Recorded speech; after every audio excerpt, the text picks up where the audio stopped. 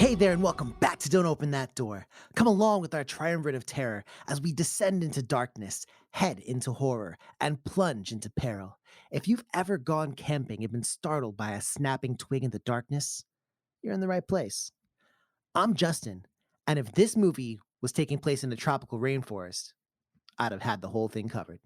I'm Nico, and I feel like the Predator wouldn't see me as a threat, so I'd be fine. You'd just be asleep. Yeah. Yeah.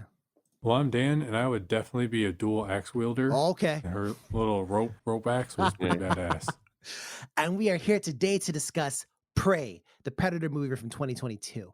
So this was directed by Dan, not ours, Trachtenberg, starring Amber Midthunder as Naru, Dakota Beavers as Tabe, Stormy Kipp as Wasape, Michelle Thrush as Aruka, Dan DeLiegro as the Predator, and Coco the dog as Sari. So we open with Naru, a young Comanche woman who wants to be a great hunter. Unfortunately for her, nobody really believes in her. So she's often relegated to gathering herbs and medicine, even though she's like actually really, really skilled at medicine, to be honest. One day, Naru heads out with her dog, Sari, to hunt, and she sees a predator ship landing. She thinks it's like a thunderbird and takes it as a sign. Later on, she joins her brother Tabe and a group of warriors as they head out to rescue a wounded warrior that's actually been attacked by a mountain lion. Naru uses her dope ass medical skills to save the warrior, but as they're heading back, she notices like signs of the predator, like she's seeing like footprints and like skinned animals and whatnot. And she definitely thinks something else is out there. So she actually joins back up again with her brother, who stayed behind to hunt the mountain lion. Dan, what happens next? Well, Tape gives Naru a chance to prove herself by hunting the mountain lion 1v1. Mm, But she fails to kill the beast and is knocked unconscious, though she does manage to wound it. mm. Tabe takes her back to the village and then hunts the mountain lion himself, winning him a claim in the village, and he is named the war chief. Nice. Naru still believes that there is something out there, so she takes Sari and heads out. She finds a bear and unsuccessfully attempts to hunt it, but ends up getting cornered. Luckily, in this case for her, the predator shows up and kills the bear, allowing her to catch a glimpse of it as it is covered in blood, Nice. and she quickly escapes. Yum, yum. At this point, a hunting party finds Naru and forcefully attempts to take her back to her home. But the Predator shows up and kills all of them. Mm. It then chases Naru, but she falls victim to a hunting trap set by a French raiding party because this takes place in, I believe it was 1715. Something They like said? that, yes. Yeah. And it sees that she's captured and leaves her alone. The French raiders then take hold of her and reveal that they've also captured Tabe and her dog Sari.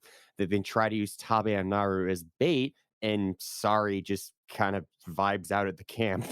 But the predator is only interested in the people that it deems to be a threat, so it leaves them alone and only kills the French raiders. Naru then meets a man who gives her a pistol in exchange for medical aid, and then she and her brother fight the predator 2v1, and they almost succeed until the predator activates his cloaking tech and kills Tabe. Indeed, indeed. But Dan, I'm sure there has to be a resolution to this conflict. Hell yeah, there is.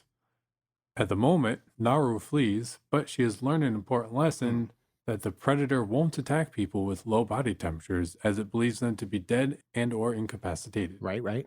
She takes medicine that lowers her body temperature and baits the predator with the last remaining French raider. Using a combination of ingenuity, creativity, and even the predator's own weapon against it, Naru kills the predator and brings its head back to her people, and she is named the new war chief. The movie closes with an animated ending showing more predator ships descending on Naru and her people. The end. All right. Well, we've got a lot to sink our teeth into here, so let's go ahead and get it started, shall we? Nico, how's this movie look?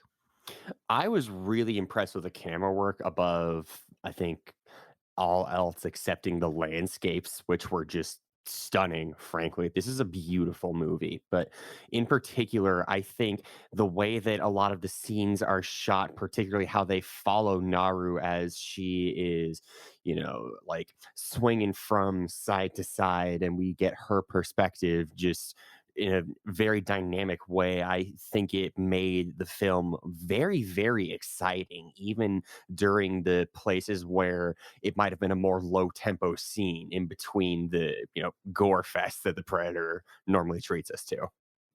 Mhm. I'll say as well for me, so on the camera work, Nico, I agree with you there that my favorite part about this, and y'all know this if you've listened to me on the podcast before, I fucking hate when there's an action scene and there's like so many cuts and like so much shaky cam. Like Hmm. I can't tell what's going on. Like people could be like, I don't know, like doing some wild boy shit and I have no idea because it's like I can't see. But in this one in particular, there's one scene that I really want to draw attention to is when she heads back to the camp and she fights off some of the French raiders to save her dog. And it's like a 2v1 kind of fight. And the It's more camera, like a 1v5. well, for the most part, it's the two of them. Like one or two other guys, I think, show up after, but it's just the two of them for the most part.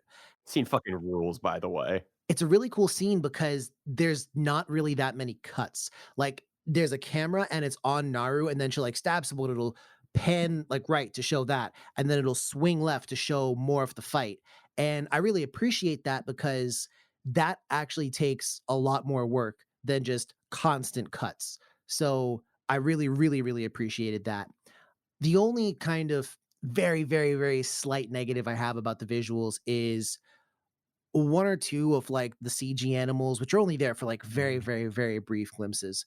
But one or two of the CG animals, I was like, all right, like not the greatest I've seen, but they weren't like bad by any stretch of the imagination. And they were only there for like a very small amount of time. We see like a little circle of life type shit where like a mouse eats an ant, a snake eats the mouse, Yeah. and then like the predator kills the snake, and they all like happen like right next to each other, back to back to back. I'm like, Jesus, okay. But Dan, your take on it? How's it look? I mean, I agree with both you guys, and this is a beautiful movie. I agree on the CG, like the bear Yeah. sometimes was Yeah. CG. It's one of those like sort of like semi frustrating ones where the CG looks really good, but something about it, it's It's CG. like Uncanny Valley almost. Yeah. Yeah, and like I couldn't quite go, oh, that looks CG because it looked real, but it's CG. Like I don't know, something about it, but. We also get treated to some of the classic like Predator, infrared, Yeah. not infrared, heat vision kind of. That is infrared, isn't Yes, it? sir. Yes. Heat vision, infrared, There's whatever a laser sight view. thingies. Yeah. So that was kind of cool. We see things from the perspective of the Predator occasionally. I enjoyed the visual aspect of it a lot. True enough. Now, sound wise, Nico, what did you think about the sound in this one? I really loved it. I just personally wish, and this is probably a hot take among most people, I wish that the whole movie, excepting the Raiders, was in Comanche. I think that would have added a lot of authenticity to it that it certainly does have because it is a language that is still prominently featured in the movie. Just we hear the dialogue as English just so that we can do the what was the movie you were talking about? The Red For Red October. yeah, Hunt for Red October does that with the Russian, so it just sort of bridges the gap between all of the communications there. But in terms of the general sounds and the orchestration, I thought the sound effects were killer. I loved the way that the creatures were, like both alien while still somehow just very animal. And it's just everything sounded very ominous and threatening, and I dig that. Hmm. Dan, were you arriving on this one? I agree. And the sound effects are definitely an action movie. Mm.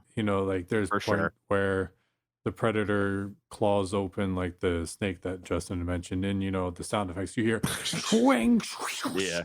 and you're like, well, I mean, that wouldn't like that's a little overboard, but it's an action movie, and I mean, we'll talk about the genre or whatever, but there's a ton of action, so you expect that in an action movie, and it fit, I think. So I overall really like the sound of it as well, and the predator has its classic, like, I don't know, what do you call that? Croaking? Oh yeah, Kinda, yeah. the Or clicking, croaking kind of thing. clicking, yeah.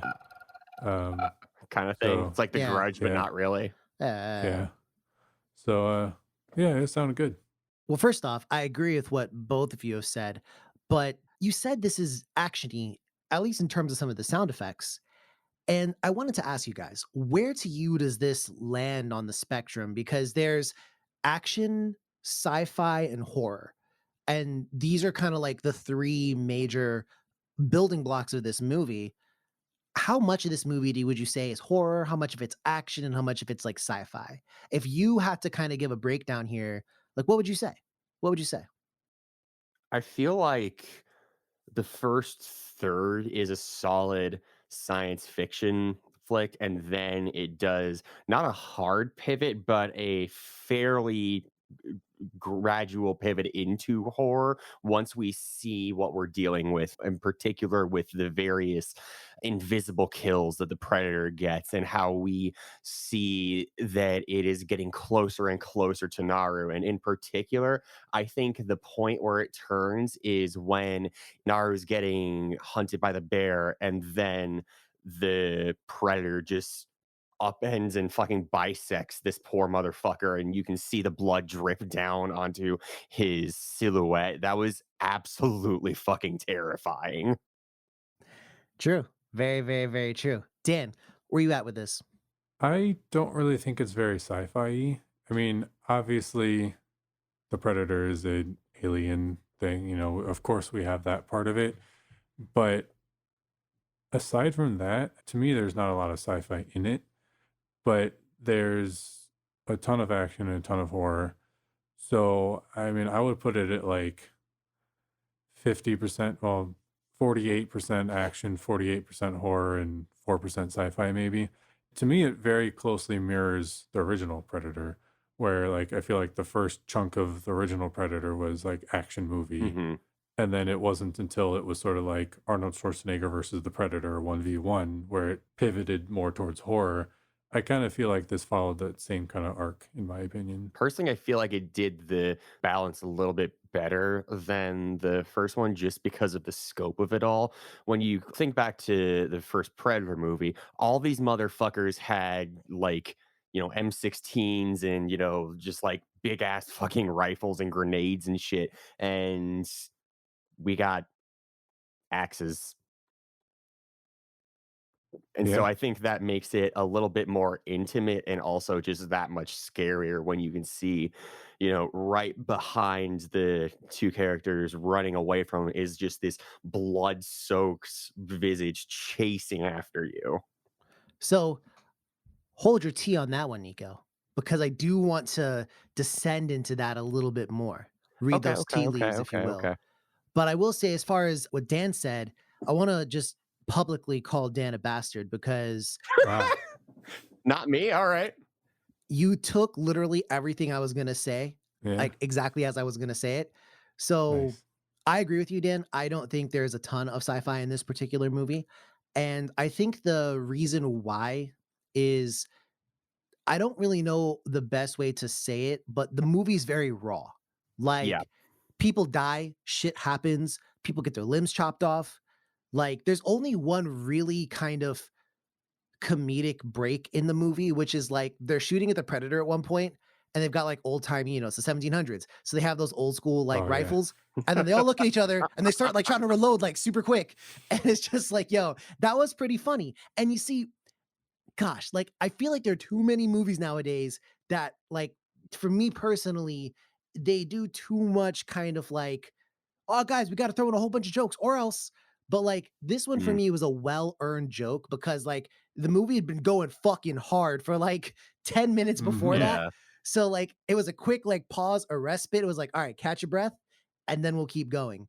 I also love the part like right after it where one of the English Frenchmen goes up to him with their flintlock pistol and Predator just stands there like, what are you gonna fucking do? And he shoots him and it just bounces right back off and hits him in the fucking head. Yeah, he literally could have aimed anywhere else besides directly at his helmet, but I guess he wasn't thinking straight. Now, to go along with what you said though, Nico, as far as like comparing it to the first movie, that's an interesting take because I thought if anything, you said it was scary that like oh, you just have like some very, primitive weaponry in Right. comparison up against the predator. I think it's maybe just as scary, even potentially more scary when you have all these weapons that make you think you're above nature, and you have all this shit that makes you feel like you can't be touched, and then something comes and basically dismantles all of that. And I think that is kinda scary in its own right, especially when and this I will say, oh, I wanna save some of it because I wanna talk about a theme that is the same theme between the 2, but I will say both movies end up in a kind of a similar way almost, the first one and this one. Now, as far as the other Predator movies, not counting Alien versus Predator, which is kind of a whole different kinda steez, I think that this does have a lot of similarities, especially with I mean, literally, how did the movies go? Well, the Predator shows up, he's invisible, he has a couple kills where he's invisible. The good guy or good person, good girl in this case, sees him, he's invisible. Oh, wait, they can see him, he's real. People might not believe what's going on. Doubt, doubt, doubt. Predator kills a whole bunch of people. Now it's time for the 1v1 encounter. And that's kind of how these movies always go, True. literally. True. The main exception being Predators, where they were Is there more than one? yeah, they're on a planet. No. Yeah, bro, they're on a predator planet. That shit is fucking wild, bro. Damn. So They could have just like avoided that shit, go to any other planet. oh, no, the Predators took them there. Oh, damn. Yo, that's fucked. Yeah, it is. So and I don't wanna spoil, like, all the movies in this one episode, so I'll leave it at that. I'll leave it at that. But, Dan, you've seen the first. You've seen this one as well. Do you Mhm. think, how does this compare to the first? I think I like this one better Mhm. than the first because it's a little bit more intimate, a little bit scarier, and well, intimate with an asterisk, which I'll mention in a second. But the original, like, is just like classic 80s action It with is. just over the top guns and everything. And it's like so over the top, it's Turbo ridiculous. hyper masculine. Yes. Right. But this one is way more, grounded in It reality. is. And I think that makes it a little scarier and also a lot more badass too, because just a lot of the characters are just badasses. But, I already kind of mentioned like the same kind of arc, and especially Justin said, most of the movies are like that.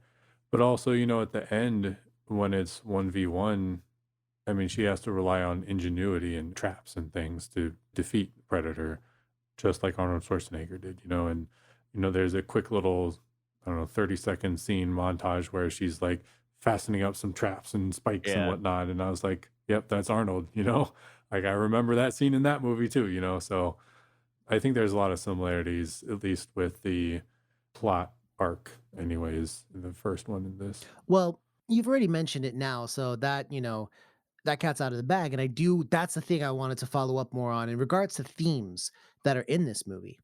Because for me, the one theme that really stands out is Naru is told that she no one believes in her, that she can be a great hunter. And part of it is me reading into it and making some inferences of my own. But I think part of what happens is I think she might have tried to hunt in the traditional style before, which is where she would get overshadowed by her brother in particular, because he's a very great hunter in the traditional sense. And I think that, like, for example, in the beginning of the movie, like, Naru honestly kind of sucks a little bit at hunting until she starts to use her creativity, which I've managed to keep this pretty quiet on the pod for a long time now, but I'm a massive fan of Avatar: The Last Airbender, and Yeah, my favorite Was not as we expecting all that. should be. no, trust me, it relates. My favorite episode in The Last Airbender is the one where Sokka gets a teacher, and Sokka, Mm, like, sucks. Piandao, I think his name is. Yeah, for, like, a solid, like, 50% of the episode, Sokka sucks. He can't fight very well, he can't do anything very well, but then his teacher was like, "The whole time you thought Sokka was failing, but in reality, he was doing things his way." And that's how I see Naru. Like, Yeah. if you try to put her into that box of, "Oh, this is the traditional way things are done," then she may not succeed. However, when she starts to believe in herself, use her own ingenuity, her own creativity, her gift, that's her gift. Yeah, And for sure. so her brother even says, like, "You can always see things that I can't." Like, when it comes to shooting the eagle, he can shoot it before her. People prize that. But she's like, "Yeah, but you shot it across the river. Now you got to go get it." Versus I was going to wait for it to come back to me. Mhm. So that's where I think her strengths lie, and I really appreciate that. But it also, like Dan says, ties back into the first because despite all the guns, despite all the muscle that they had in the first one, the way to defeat the predator was to outthink it because you couldn't possibly defeat it Yeah, you gotta take it to jeopardy. exactly. You got to challenge that man to Trivial Pursuit.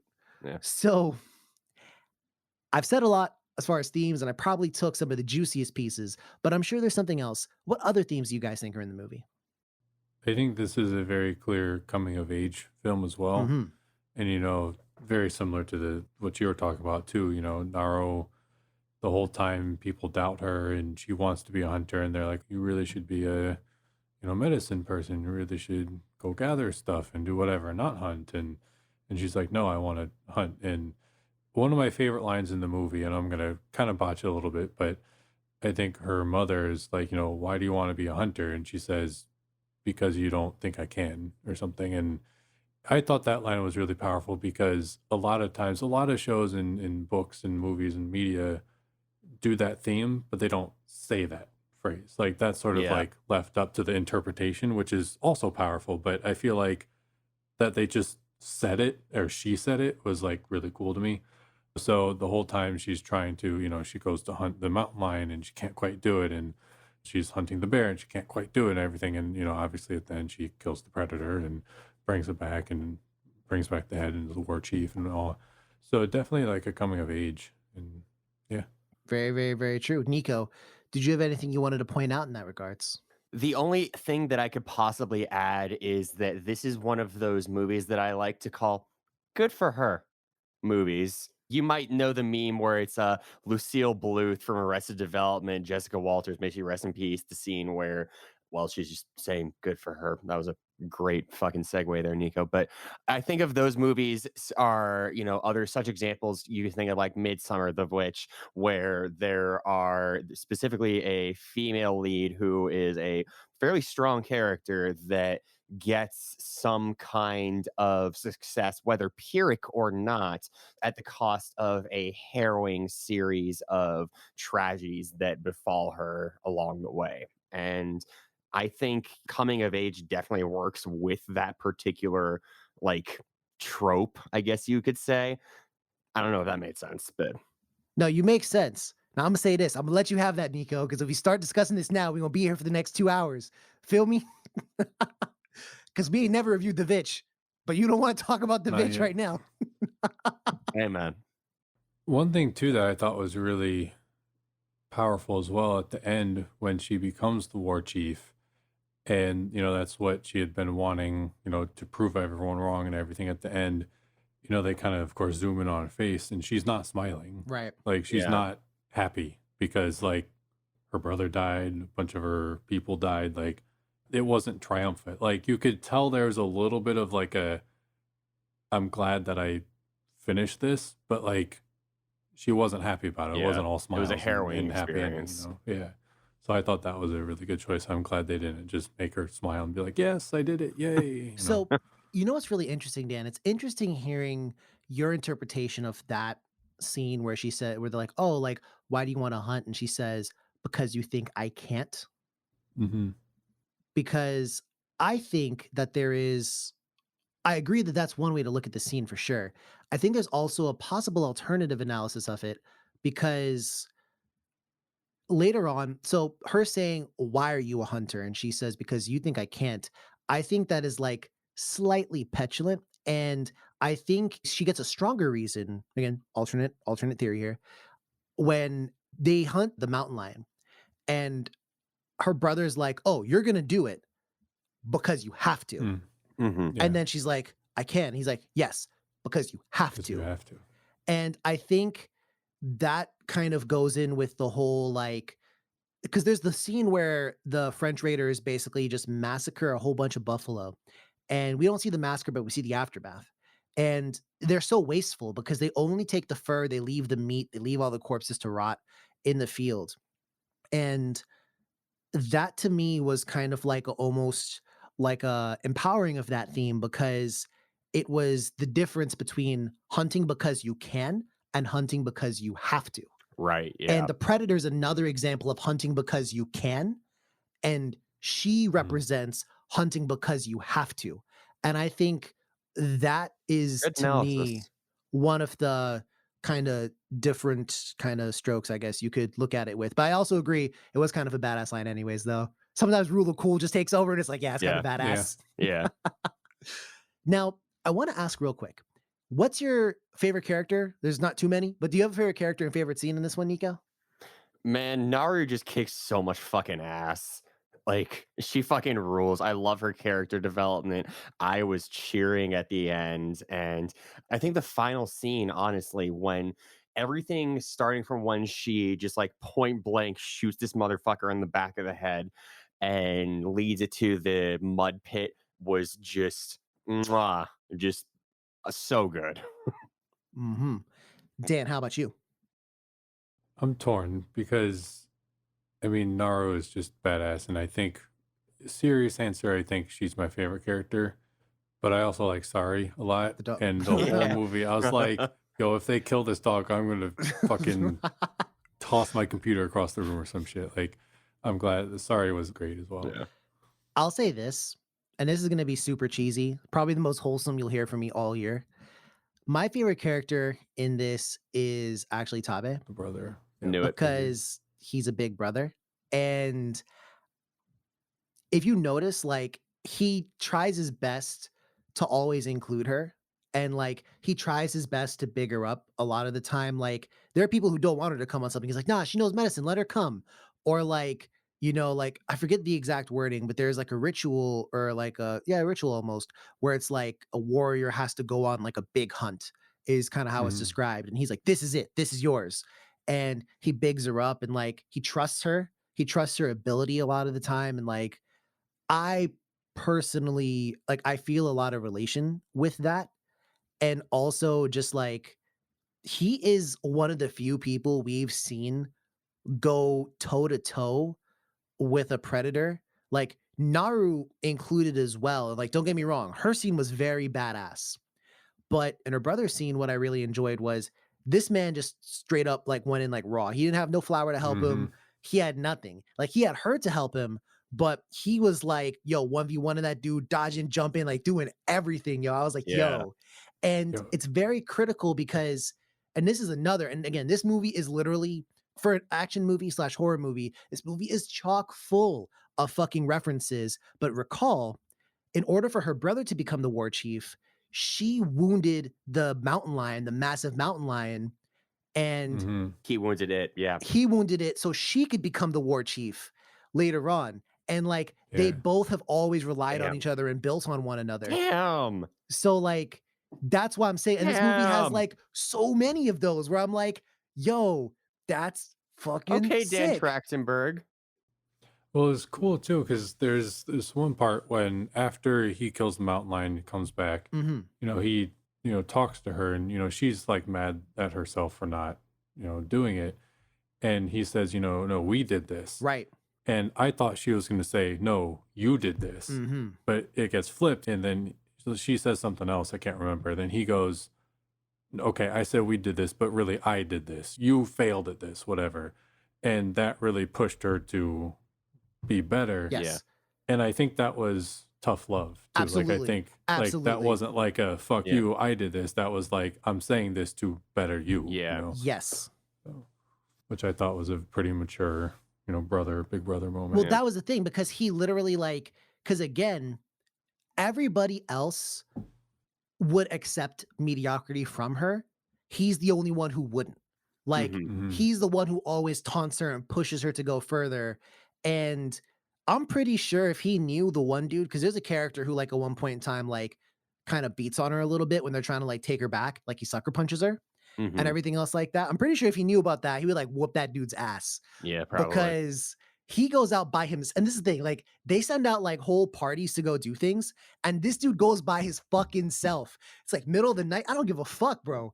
I'm out here. I'm doing this by myself. I was like, yes, yes. So that was pretty cool as well. That was pretty cool as well. Also, this is gonna be like a big nerd moment. You guys ready for this? Okay, Yeah, okay. yeah. So, real quick, without diving too deep into it, So there's a lot of fucking backstory when it comes to the Predator series. Can I just say that real quick? There's a lot. I couldn't possibly go into all of it. But one thing that's really interesting to note is you notice that this Predator had like more primitive weaponry than the Predator in the first movie. Like Hmm. this guy was shooting like almost kind of like arrows with his laser guider, but in the first movie he was literally shooting fucking bolts of energy. Yeah. And it's very interesting because, and this is why, in the Predator lore, we've seen that the Predators, in fact, do have the bolts of energy in older empires than that. We've literally seen scenes of it. So the reason why Predators go to this planet, Earth, it's always their like some of their youngest and their most raw recruits. It's not like the good Predators. It's like the young and shitty ones Mm. that are hunting to gain their stripes essentially. And I'm thinking this one was put down and they kind of like gimped his tech a little bit. So like they still made him broken, still gave him a really big upper hand, but they gimped the tech so that it wouldn't be, like imagine if you were shooting people with fucking laser beams Yeah. at this point, like it just wouldn't be fair. Yeah. So I do think that, but also I had a little squeal, a little fangirl squeal in me when there was the pistol, because that pistol is the pistol that Danny Glover gets at the end of Predator 2. Mm. And this means two things. And you got to follow me on here. That pistol was given to him as like you succeeded. You beat us. We honor you with this pistol, right? But then wait a second. Naru has the pistol. The Predators. Oh, no. Never mind. My bad. He kills a predator, and then the predators, like a whole bunch of predators, show up, and they give him the pistol. And they literally tell him, "Take it." Oh, the Predators The give him the predators pistol? give him the pistol, Oh, Wow. shit. and Okay. they give it to him as like a sign of honor to say, "You've earned this Mm. because you've defeated one of us." And Naru is the one who has the pistol at the end of this, Mm. right? Hmm. So I'm pretty sure Sequel? sequel, but also I'm pretty sure the interpretation is that Naru like defeated a predator and she may have been like one of the first to do it. So, because again, I don't know too much about the ancient lore. I know it goes all the way back to like ancient Mayan times and shit, but like God, that's so fucking rad. literally, like that pistol probably has a representation of honor because someone who defeated a predator used this pistol. Mm. So I'm pretty sure that like to the predators, that pistol is a representation of honor. It's like an honored weapon. Kind of like an So artifact almost. exactly. So like somebody down the line must have lost to a predator or the predators acquired it at some point. Mm. And then when they were defeated, they gave it back to the human saying, "Yeah, you fucking deserve this. This is a representation of one of you who was badass. So we want you to have this." And I really fuck with that because it just elevates Naru even higher in like the whole hierarchy. Cause it's like, yeah, she was so badass. She has like her own legendary weapon, basically. So Damn. that's pretty cool. IMO. And she also has God of War axes. Yeah. But I want to know real quick, right?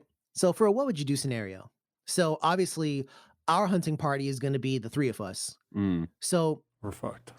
Yeah, we're so fucked. what would be the way? Let's put it in modern times, right? Mm-hmm. And let's say the three of us, we go out like camping or something like that, and all of a sudden the predator shows up, bro. If you knew about like, what would be your tactic? Get in my fucking car and leave. Oh, Find another camping spot. wow. Yeah. Assuming that wasn't an option, I'd probably I don't know, dog. I'd probably piss my pants in fear, and then it would see the color lightening up, and he'd be like, "Ah, I see. This is but a youngling. I will leave him be." See, I personally feel like I would have to confront it in Mortal Kombat. You would fucking die. Right, but hear me on this. I would probably have to use Nico as bait, right? Okay, that's Okay. understandable. All right. Because I saw in the movie Tremors Oh no. that in one of the sequels they use a fire extinguisher to make their body temperature appear like it's lower. Mm. Oh yeah. And so I would also see if I couldn't make my body temperature appear lower, like, based off some like I don't want to copy the first movie, so maybe a fire extinguisher if we Just got get one on like deck, extraordinarily turned. or like whatever it might be, whatever it might be. But like, I feel like if I had like, like a good cutlass chop, it would work out. Like just one chop. Get you That's all some you need. One dentine chop. ice. That's all you need. One chop. One chop. Wouldn't that be the greatest Dentine ice commercial ever if like someone's running from a predator and then like they're like, wait, take this. And they chew it up and That would be pretty good, and they actually. exhale That and would it just like fucking rule. forms like it makes it look cold and the predator leaves. That would have been a great tie-in personally. Yo. And then afterwards they could have smiled and their teeth would be sparkly white. Hey, Because product Dentine press, ice. Careful. get at us. Be careful. That's going to be like product placement in the next Predator movie. Pretty much. Instead of the like flour lowering, it's just going to be dentine ice. Yo. Alright.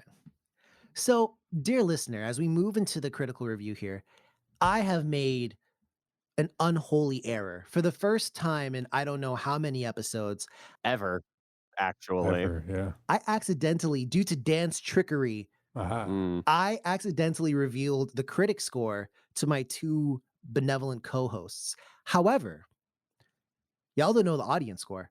So I just want to No. ask, knowing Okay, that's fair. that the critics gave this movie a 93, which is very high, what do you think the audience gave it?